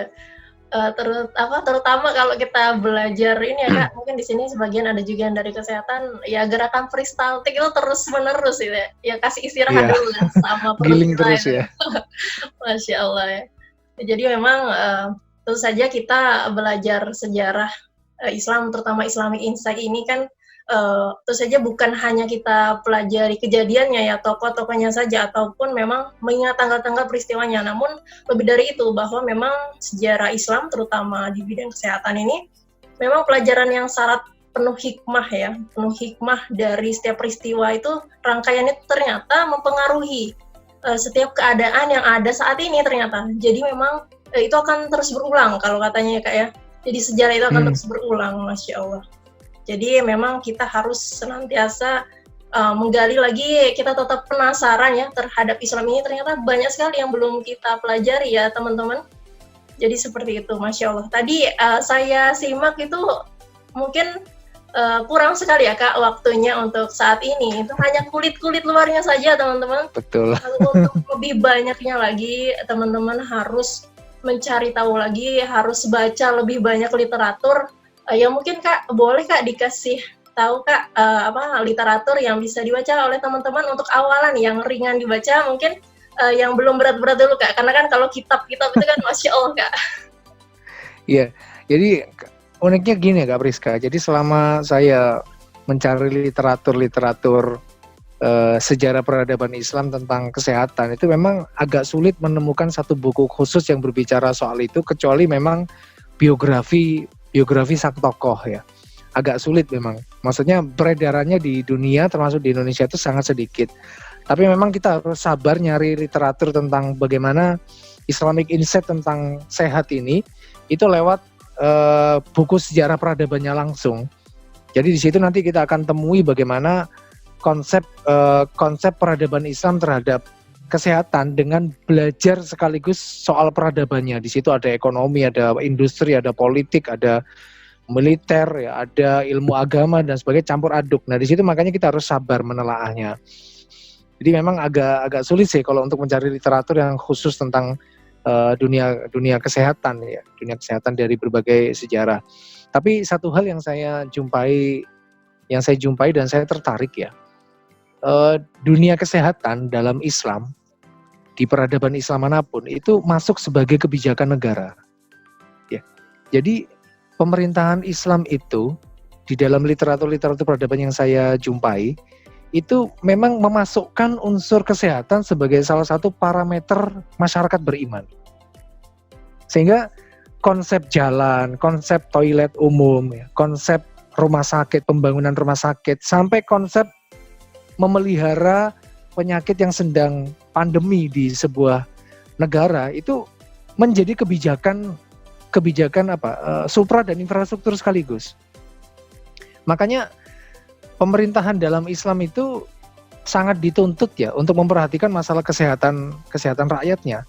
Bahkan sebuah negara misalnya kayak Syria ya, kayak Syams itu waktu terjadi penyakit taun ya, penyakit wabah taun itu langsung kebijakannya lockdown ya.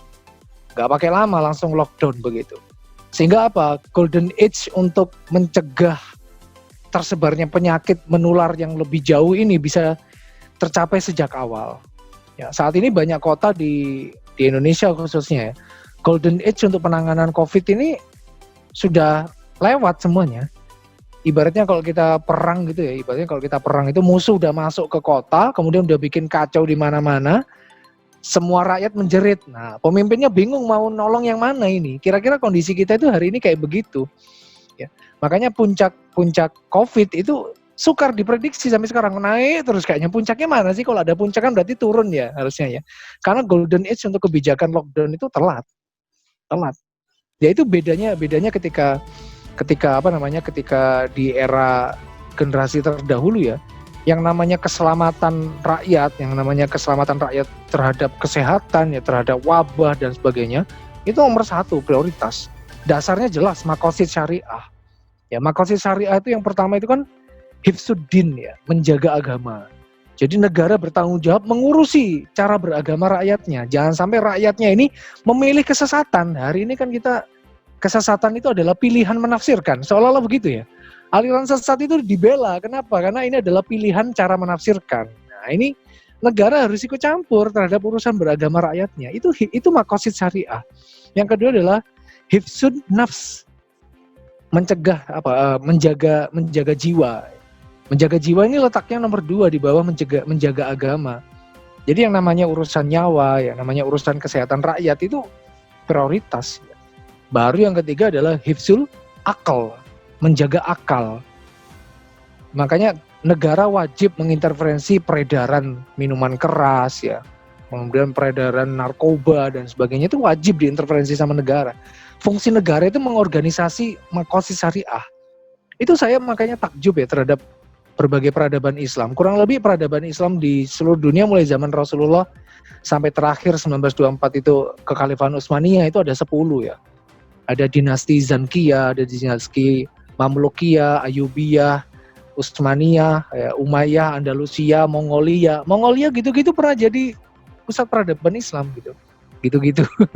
Dengan ibu kota Ulaanbaatar itu. Nggak tanggung-tanggung ya, cicit cucunya Genghis Khan sendiri yang meluluh lantahkan peradaban Islam, peradaban Abbasiyah ya di Baghdad, cucunya yang kemudian akhirnya mengembalikan reruntuhan Abbasiyah itu dengan mendirikan dinasti Mongolia. Ya, saya mencoba mempelajari kilas balik tentang bagaimana proses bernegara. Itu memang negara itu memiliki tanggung jawab penuh ya terhadap masalah keselamatan rakyatnya. Sehingga negara wajib memenuhi fasilitas-fasilitas yang diperlukan rakyatnya untuk tetap sehat. Ya, karena ketika rakyat itu sakit, rakyat nggak bisa diajak jihad. Ya, ketika rakyat itu sehat, rakyat bisa diajak jihad. Begitu, sesederhana itu semuanya. Gitu.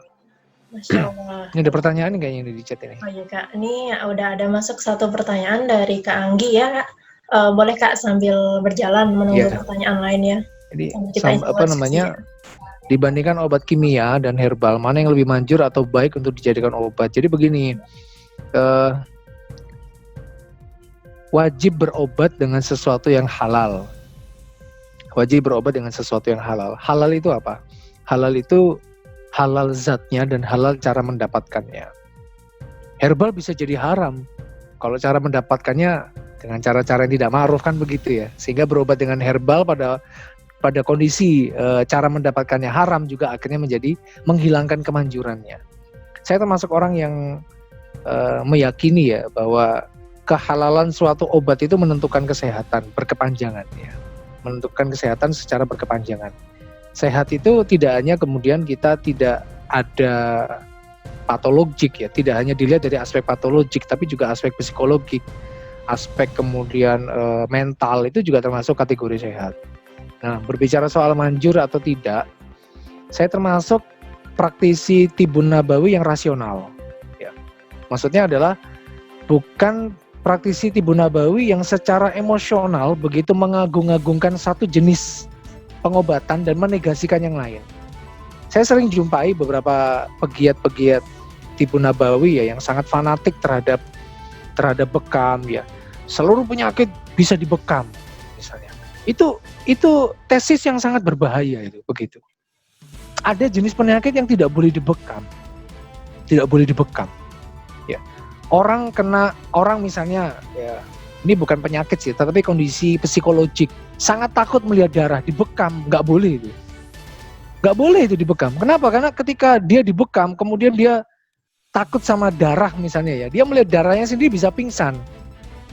Nah akhirnya apa? Ketika seseorang pingsan karena takut darah ya, dibekam gitu, muncul nanti berita ya karena dibekam pingsan misalnya begitu. Akhirnya marwahnya Tibun Nabawi bisa jatuh begitu. Itu nggak boleh dibekam. Yang kedua misalnya penyakit apa? Penyakit tumor. Tumor itu tidak boleh dibekam di daerah tumornya. Ya. Di daerah tumornya tidak boleh dibekam. Kemudian orang yang mengalami hipotensi parah, ya, tekanan darahnya sangat-sangat rendah, itu nggak boleh dibekam juga. Terus seseorang yang sangat dingin badannya, itu nggak boleh dibekam karena bekam itu mengurangi panas. Ya, dalam teori panas dingin itu keseimbangan yin dan yang itu, kalau badan terlalu dingin dibekam dia bisa kehilangan panas lebih banyak sehingga yang dominan itu adalah suhu yang, suhu tingginya itu berbahaya. Buat keseimbangan yin dan yang itu berbahaya. Jadi karena saking fanatiknya dia menganggap bahwa pengobatan ini lebih unggul dan pengobatan lainnya tidak unggul. Termasuk juga misalnya atas dasar hadis Nabi, riwayat Abu Dawud bahwa seluruh penyakit obatnya adalah habatus sauda kecuali kematian, maka dia memberikan resep seluruh penyakit pada pasiennya itu dengan habatus sauda. Padahal ada orang yang tidak boleh diberi habatus sauda, ya, apalagi minyaknya. Misalnya pada penyakit tukak lambung itu nggak boleh dikasih habatus sauda. Lalu kemudian dia resepkan seluruh penyakit itu semuanya habatus sauda, padahal Rasul menyebut habatus sauda itu bukan dengan syifa, tapi dawa. Dawa itu obat yang butuh dosis, butuh indikasi, ada kontraindikasi. Jadi harus diberi dengan dosis habatus sauda itu. Nggak boleh sembarangan semuanya dioplos pokoknya habatus sauda begitu. Nggak boleh, all-in-one nggak boleh.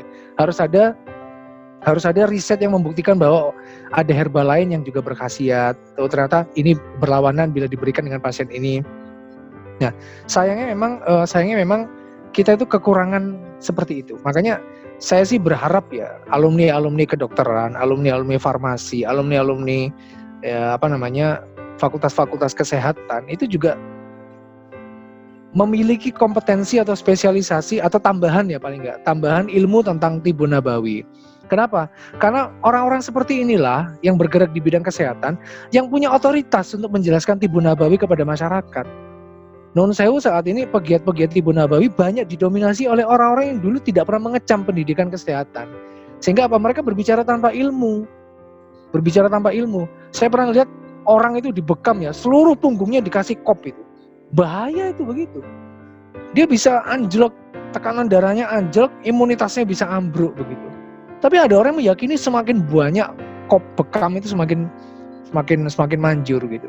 Nah, ini menjawab pertanyaan obat kimia versus herbal. Saya perlu nyampaikan, herbal itu juga mengandung zat kimia. Herbal itu mengandung zat kimia. Dan kesembuhan herbal itu ada pada zat kimia di tanaman itu.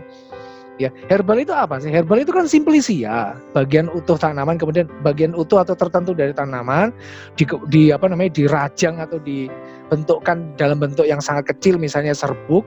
Dan pada hakikatnya kita mengambil sari-sari kimianya. Habatus sauda misalnya, kenapa dia bisa meningkatkan imunitas tubuh? Karena mengandung timokuinon. Kenapa bisa menjadi obat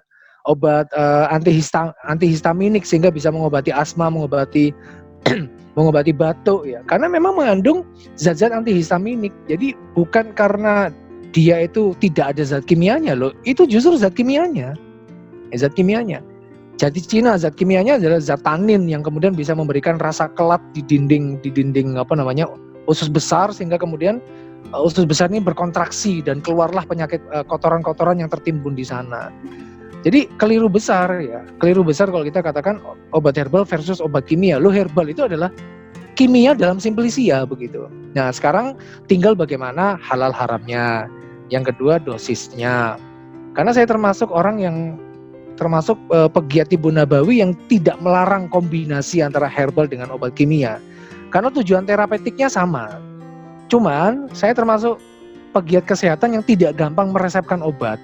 Tidak gampang menyarankan obat maksud saya ya. Dikit-dikit orang panas itu apa? Paracetamol misalnya. Dikit-dikit orang obat flu itu minum Demacolin misalnya. Kalau saya nggak begitu. Obat flu itu tidur gitu. Obat flu itu tidur, minum air yang banyak ya, tidur, madu sudah. Tapi kalau saya batuknya parah ya, saya combine habatus sauda minyak sama guaifenesin. Itu biasanya saya manjur itu begitu. Itu saya gitu. Itu saya. Tapi ada juga sih yang memang nggak mau sama sekali ya, saya hargai. Maksudnya itu adalah sebuah pilihan. Cuman sekali lagi kita bertanggung jawab terhadap otoritas ilmu kita. Nah, karena saya kuliah dulu di bidang kesehatan, ya saya menyampaikan apa yang saya ketahui tentang dunia kesehatan, ditambahi dengan tibu nabawinya. Wallah bisa begitu. Ya, Masya Allah, tabarakallah ya Kak. Itu tadi penjelasan dari Kak Reza. Ini kalau misalnya kita bahas kupas-kupas, mana yang manjur, mana yang kimia, mana yang aduh banyak sekali Kak. Apalagi kalau kita bahas tentang, kalau kami belajar itu EBM ya, Evidence Based Medicine, itu bakal nggak nyambung-nyambung itu sama konsep Islam. Jadi memang itu tadi, kita harus ambil yang suatu yang memang esensinya ya. Jadi halal dan thayyib, kemudian dosisnya jangan lupa seperti itu. Kemudian juga kalau misalnya ada yang komplikasi dan lain-lain, ya kita sebisa mungkin jangan menerka-nerka obat mana ini cocok apa enggak, jangan. Jadi kita harus memang konsultasikan sama pakarnya. Beliau adalah diamanahkan gitu ya, apalagi yang sudah sumpah gitu kan, memang untuk bermanfaat untuk pada orang lain, konsultasi ya, itu manfaatkan ya Kak ya, seperti itu. Nah kemudian ini ada juga Kak, ada pertanyaan yang masuk ini private ya. Ya mungkin dari Kak Reza bisa dijawab seperti ini. Dari Kak Sep, Oktasep ya. Ini dari Palembang tapi sepertinya lagi bertugas di tempat kami nih Kak. Jadi mau tanya, tadi kan dijelaskan dari Kakak itu ada 2 tanaman buat pembersih usus, yaitu daun bidara dan daun jati Cina. Itu bagusnya kalau misal dibikin teh dan bagus direbus, diminum airnya aja atau gimana Kak? Jadi yang buat hari-hari mungkin ini maksudnya dari Kak Oktasep. Mungkin Kak Reza bisa jelaskan bagaimana Kak? Kalau yang paling populer itu jati Cina. Ya, jati Cina. Jati Cina tidak boleh diminum setiap hari. Ya, Rasulullah itu menganjurkan gurah perut itu sekali dalam sebulan. Jadi kalau dengan sekali peminuman kita sudah bisa BAB dalam jumlah banyak, berarti udah cukup. Jadi misalnya kita minum satu ini ya, dirajang sejumput aja, nggak usah banyak-banyak ya, sejumput jati Cina, kemudian dirajang kecil-kecil, kemudian direbus ya, kemudian disaring, sarinya diminum 3 gelas jadi 2 gelas misalnya, itu kita minum sudah bisa menghasilkan efek kita BAB lebih banyak, sudah nggak usah diteruskan, karena cukup berarti sekali saja. Jadi untuk pengobatan yang sifatnya menguras saripati tubuh itu jangan dilebihkan, jangan berlebihan. Kalau sudah keluar selesai. Makanya bekam juga begitu. Saya tidak menganjurkan bekam itu setiap pekan misalnya bekam itu nggak boleh. Karena apa? Karena proses reproduksi reproduksi kembali sel darah merah itu bisa sampai 3 bulanan. Jadi memang paling cepat saja itu 1 bulanan. Jadi kalau sampai dia bekam setiap pekan itu kalau menurut saya sih berbahaya dan juga berlebihan begitu. Jadi tubuh itu begitu teman-teman ya. Kalau misalnya memang sudah bisa dihasilkan suatu efek terapeutik, jangan ditambahi. Kalau untuk menguras diet itu ya, untuk urusan jati Cina itu setahu saya jati Cina itu sangat kuat ya, sangat kuat memberikan efek diarenya. Makanya kalau sekali pemberian sudah cukupi. Terus kemudian kalau nggak cukup misalnya berarti 2 kali, yang kedua nggak cukup lagi, yang ketiga. Setelah itu coba diam dulu, reaksi tubuhnya diam dulu, ya diamkan dulu. Siapa tahu nanti sehari kemudian langsung diare. Itu bisa jadi tiap orang beda. Ada yang langsung sekali minum langsung keluar efek diarenya. Ada yang sampai mungkin 3 kali pemakaian baru bisa keluar. Prinsipnya jangan pernah berlebihan. Kalau untuk menggurah isi perut, sekali efek terapeutik terjadi sudah dihentikan aja, begitu insya Allah. Masya Allah ya, itu penjelasannya Kak Septi ya. Ini kan emang nggak boleh sesuatu itu berlebihan ya Kak ya. Izin kan gitu ya Pak Bang? Izin mute ya. Nah ini jadi memang jangan berlebihan itu koridornya. Memang ini sangat ini sekali Kak. Karena kan mungkin kalau ciwi-ciwi itu ya Kak, diet gitu kan, kemudian mungkin tipsnya bisa alternatif lain ya. Jadi jangan terlalu banyak dikuras perutnya, tapi juga diimbangi dengan gizi yang pas sama olahraga. Nah ini kan lagi musim COVID juga nih, mungkin berjemur juga jadi satu pilihan ya untuk meningkatkan imunitas gitu kan. betul. Jadi gini Kak Priska, berkaitan dengan apa namanya pola makan ya. Diet itu sebenarnya tidak ada yang satu lebih baik daripada yang lainnya. Semua diet itu pada dasarnya sama. Kita kalau mau membentuk tubuh yang ideal itu sebenarnya tidak perlu mengkonsumsi apapun yang bisa menguruskan badan kita, karena pada hakikatnya yang kita butuhkan itu sehat, bukan kurus ya. Yang kita butuhkan itu sehat. Selama fungsi-fungsi tubuh itu terjaga, maka kita nggak perlu punya niat untuk, tidak perlu punya motif untuk menguruskan badan.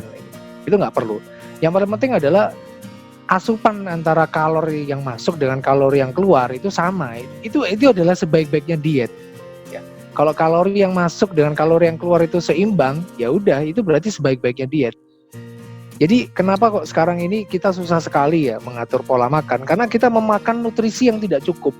Ya, memakan nutrisi yang tidak cukup. Ketika tubuh ini kekurangan nutrisi, tubuh ini akan memberikan sinyal berupa lapar, berupa kepingin ngemil dan sebagainya. Justru kita mengambil benda-benda yang tidak mengenyangkan lambung, tapi sudah memberikan kalori tinggi. Ya, lemper itu kalorinya 180 itu. Lemper itu ya, 180. Kemudian burger salah satu merek yang gede itu ya, itu 560. Jadi makan 4 buah lemper itu setara dengan 1 burger itu. Itu kan kita bentuknya kecil sehingga nggak kenyang. Biskuit juga begitu, bentuknya kecil-kecil nggak kenyang. Tapi karena kita konsumsi, kalorinya ternyata tinggi. Kenyangnya nggak didapat, kelebihan karbohidratnya terjadi sehingga kemudian bisa terjadi diabetes dan seterusnya. Jadi itu sih kalau soal makanan, motivasi kita sebenarnya jangan menguruskan badan, motivasi kita mengembalikan keseimbangan metabolisme. Kalau ternyata memang nggak ada yang perlu diseimbangkan, ya nggak usah pakai diet-dietan, nggak usah mengkonsumsi apapun begitu. Ini kalau kita minum obat kimia atau minum obat herbal nanti ngaruh nggak ya, atau boleh dicampur tidak? Jadi begini, pertanyaannya ini sebenarnya tidak bisa digeneralisir karena setiap penggunaan herbal dan itu efeknya kepada obat yang sedang kita konsumsi itu bermacam-macam. Ya, misalnya ketika kita minum obat aspirin ya sebagai obat anti platelet, ya kita nggak boleh mengkonsumsi bersamaan dengan herbal garlic atau bawang putih, itu nggak boleh karena efeknya berlawanan. Ya, karena efeknya berlawanan. Itu misalnya seperti itu teman-teman.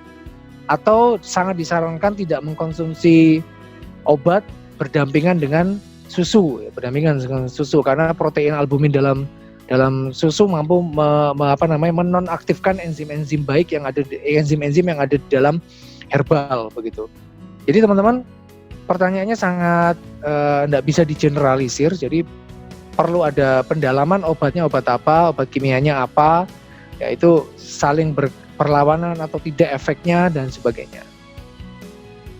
Tapi kalau saya bisa memberikan saran kehati-hatian ya, sebaiknya jeda antara minum obat kimia dengan herbal itu 2 jam, kurang lebih 2 jam. Jadi ketika efek dari obat kimia ini sudah terserap masuk ke dalam tubuh, baru dikasih asupan obat herbal. Itu pun tidak semua obat herbal kita konsumsi. Kalau misalnya kita sudah mengkonsumsi obat misalnya ya, obat batuk ya, obat kimia obat batuk, kita tidak perlu mengkonsumsi obat herbal batuk. Ya. Selain nanti dikhawatirkan menimbulkan efek samping, ya juga muspro percuma. Jadi kalau kita meminum obat kimia, yang kita masuki itu herbalnya adalah herbal-herbal yang bisa meningkatkan kualitas enzim. Contohnya adalah herbal-herbal yang bisa meningkatkan kualitas enzim itu adalah sumber-sumber makanan prebiotik, madu, kurma, anggur, seluruh buah-buahan. Ya, kecuali buah-buahan panas ya. Buah-buahan panas itu kalau dalam ilmu tradisional Chinese medicine, herbal buah-buahan panas itu misalnya kelengkeng, rambutan, durian, itu buah-buahan panas. Semua buah-buahan yang sifatnya dingin boleh dikonsumsi bersamaan dengan obat karena membantu proses enzimatik begitu. Olah misal. Ya, Masya Allah sekali ya Kak, kalau misalnya kita bahas tentang interaksi obat maupun herbal itu benar-benar banyak Kak. Kalau misalnya kita itu sebutannya DRP ya, drug related problem, itu banyak sekali sub-subnya. Jadi memang setiap obat ataupun herbal itu nggak bisa kita samaratakan, tapi ya itu tadi yang kata Kak Reza tadi, kita harus kasih jeda gitu ya. Terutama kita tanyakan terlebih dahulu, jadi jangan asal minum juga ya. Jadi tanyakan kepada pakar, kita belinya atau menembus resep di mana, kita tanyakan seperti apa, supaya kita juga merasa nyaman dan tenang gitu ya ketika minum obat seperti itu Kak. Jadi seperti itu, mungkin ada feedback dari teman-teman yang sudah bertanya tadi, atau dari Kak Elvir, apakah sudah terjawab pertanyaannya Kak? Ya mungkin sembari menunggu ya, ini kita timingnya sampai jam berapa Kak? Kalau Kak Reza sendiri mungkin ada aktivitas lain? 10 menit lagi azan sih kalau di Surabaya. Oh Masya Allah, jadi ya sudah ya, mungkin ini udah sesi akhir kita, jadi mungkin saya agak sedikit ini ya, kasih kisi-kisi atau kisi-kisi supaya teman-teman penasaran untuk belajar lagi ya, untuk menggali lagi sejarah peradaban Islam ya, terutama tadi sempat disinggung oleh Kak Reza bahwasanya memang kita itu banyak sekali literatur yang minim ya terhadap peradaban Islam, terutama di bidang kesehatan. Ya mungkin juga ada pengaruhnya ya Kak, ada kaitannya terhadap sejarah masa kelam ketika Ratu Isabella maupun Raja Ferdinand ketika membakar macam-macam perpustakaan kita ya, perpustakaan di berbagai negara, yaitu juga ada salah satu andilnya di situ mengapa literatur kita sangat minim sekali. Ya kemudian juga dari pemaparan yang sudah kita dapatkan bersama-sama, tentu saja kita harus lebih semangat lagi ya. Kita lebih menggali lagi terhadap Islam ini. Ternyata memang ada yang patut kita cari tahu, lebih dari komik ya, lebih dari anime ataupun tokoh-tokoh fiksi yang kita ya ternyata itu bukanlah sesuatu yang nyata. Yang nyata itu yang tadi, tokoh-tokoh Muslim, tokoh-tokoh peradaban Islam, penggerak peradaban ya, yang memang harus kita teladani dan insya Allah akan kita terus jejaki ya, insya Allah. Masya Allah, tabarakallah ya, itu saja teman-teman. Oh Masya Allah ya, dari Kak Elvir, alhamdulillah sudah, terima kasih ya, jazakumullah khair kepada para peserta yang sudah bertanya. Mungkin sudah masuk sesi terakhir, Kak Reza, ini sangat banyak sekali Kak, ini kurang nih, mungkin nanti kalau permintaan teman-teman antusias, insya Allah, mungkin ini bukan yang terakhir ya Kak, insya Allah ada sesi berikutnya jika Allah perkenankan, dan kita juga mari doakan kepada para pemateri, kemudian para asatid, guru-guru kita, coach kita, mudah-mudahan Allah berikan keberkahan segala aktivitasnya dan berikan kesehatan ya, sehingga bisa berbagi bersama kita semua insya Allah. Ya mungkin ini langsung ke closing statement kepada Kak Reza, dipersilahkan. Baik, alhamdulillah teman-teman, bagaimana kita bisa menjadi seutuh-utuhnya orang beriman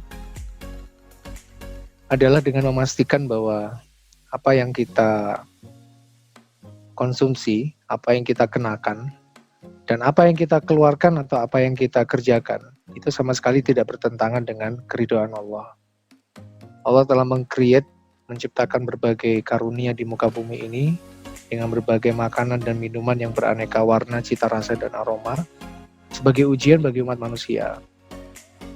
Sehingga sesungguhnya apa yang kita makan itu nanti apakah mampu menghantarkan kita menjadi pribadi-pribadi yang semakin takarub kepada Allah ataukah justru semakin kufur. Disitulah letak ujiannya.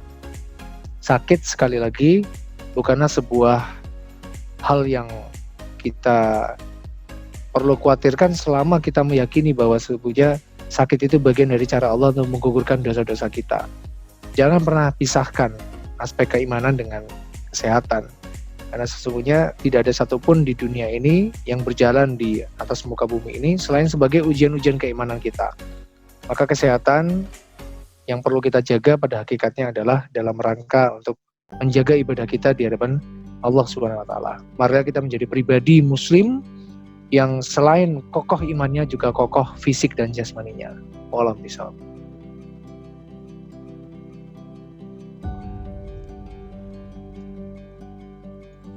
Masya Allah, tabarakallah.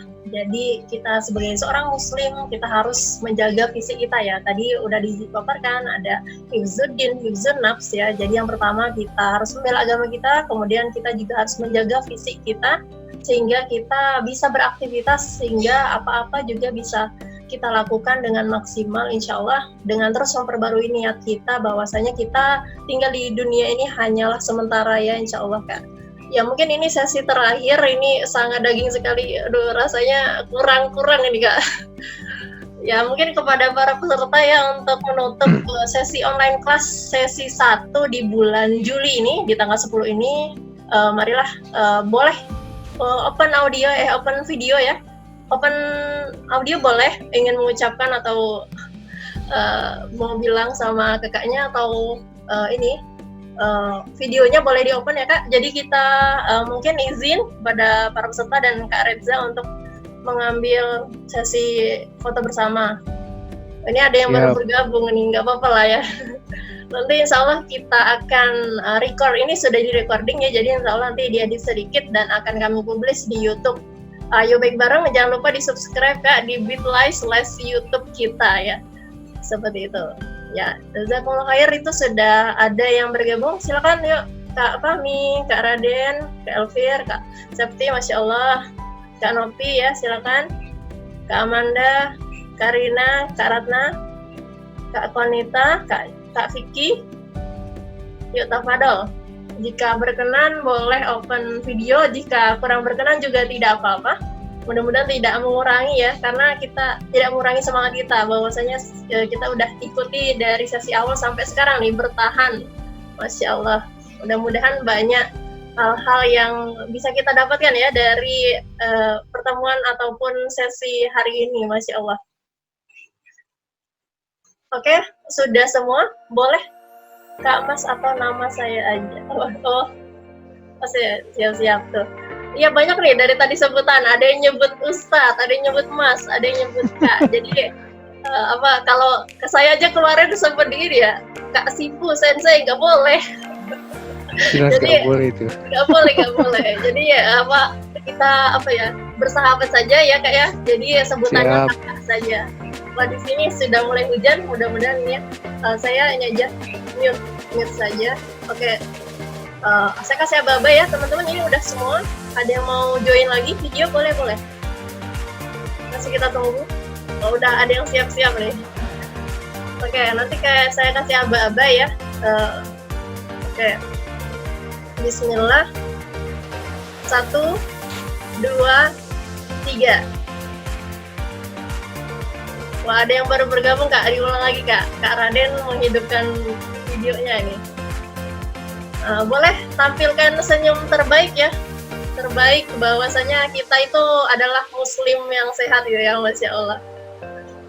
Ya, 1, 2, belum Kak Elvir boleh Kak. 1, 2, 3. Masya Allah, jazakallahu khair Pak Ustadz. Ya, sudah ini. Ada yang lagi? Mungkin kurang ya? Cukup, sampun. Oke. 1 kali ya. Nanti insya Allah recordingnya akan kami.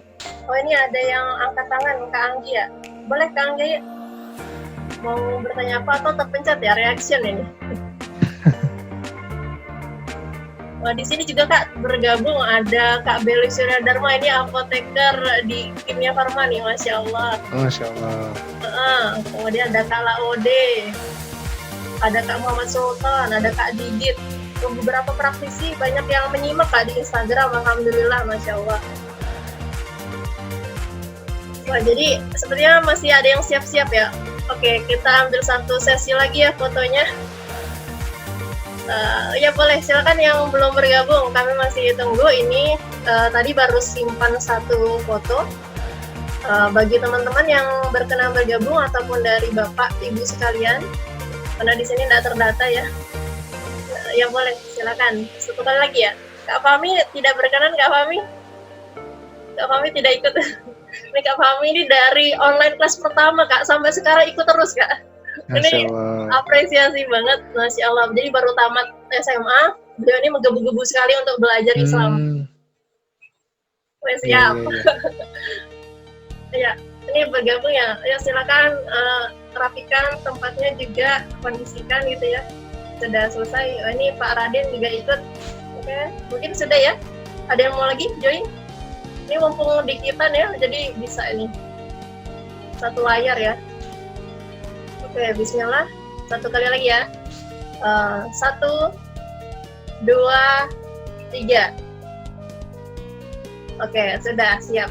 Jazakumullah khairan katsiran kepada para peserta, kepada Kak Reza, barakallahu fikum ya Kak. Terima kasih sudah sharing session Fikum barakallah. ini Kak, Masya Allah. Besok saya jadi murid di eventnya Ustaz Salihin. Ya, Ustaz idola saya. Siap. Wah ya, jangan lupa ya teman-teman, kita online class series ini tidak hanya hari ini saja ya, jadi sampai besok. Jadi ini yang suguhan utamanya nih, Masya Allah. Yang kita tunggu-tunggu ini sang murabi ya, sang guru, sang sensei kita. Beliau adalah penulis buku motivasi, inspirasi, kemudian kepemudaan, milenials banget nih. Jadi dari zaman S1 juga saya sering membaca buku-bukunya beliau yang menggugah sekali ya. Jadi ini alhamdulillah kita bisa mengundang beliau, Masya Allah, atas permintaannya Ustadz juga ternyata online class ini Kak. Jadi beliau yang mengusulkan bagaimana kalau kita sharing tentang bagaimana memanfaatkan media, terutama bagaimana kita itu berfaedah gitu ya, berfaedah. Ketika scroll itu bukan scroll aja, tapi ada pahalanya. Jadi beliau kemarin mengusulkan itu, kemudian bersitlah ingin mengadakan online class, dan juga ada yang request juga tentang Islamic Insight ini dari Kak Reza. Jadi kepikiran, wah ini cocok banget nih Kak Reza gitu kan, Masya Allah. Jadi memang ini adalah hal-hal yang kita harus gali terus ya, Masya Allah. Ya mungkin itu saja ya. Ini di Surabaya udah masuk maghrib ya Kak ya, afwan minkum. Jadi kepada para peserta, hampir. Boleh ya, silakan. Yang mau ini, Kak Reza juga mungkin ada keperluan ataupun ingin siap-siap sholat maghrib. Jadi, jazakumullah khairan katsiran, kami dari tim Ayo Baik Bareng kepada Kak Reza maupun pada para peserta, mudah-mudahan segala aktivitas kita, segala niatan kita, serta mujahadah kita dalam menuntut ilmu hari ini Allah catat sebagai pemberat amal kita. Dan mudah-mudahan aplikasi dari ilmu ini bukan hanya sekedar kita tahu di sini ya, tapi insyaallah jadi pemicu atau pematik lagi kita untuk belajar lebih banyak lagi tentang Islam, insyaallah. Ya, silakan kepada Kak Reza, boleh kepada ini Kak Reza ini ternyata lupa ya, jadi insyaallah terakhiran kita kepada para peserta boleh meninggalkan room cloud meeting ini ya. Insyaallah besok kita juga sama. Oke. Gitu ya. Pamit dulu ya kalau gitu ya, Kak Priska dan teman-teman ya. Siap. Assalamualaikum warahmatullahi wabarakatuh. Waalaikumsalam warahmatullahi wabarakatuh. Barakallahu fikum Kak. Oke, kita end live meeting ya teman-teman. Saya close recordnya. Wassalamualaikum warahmatullahi wabarakatuh.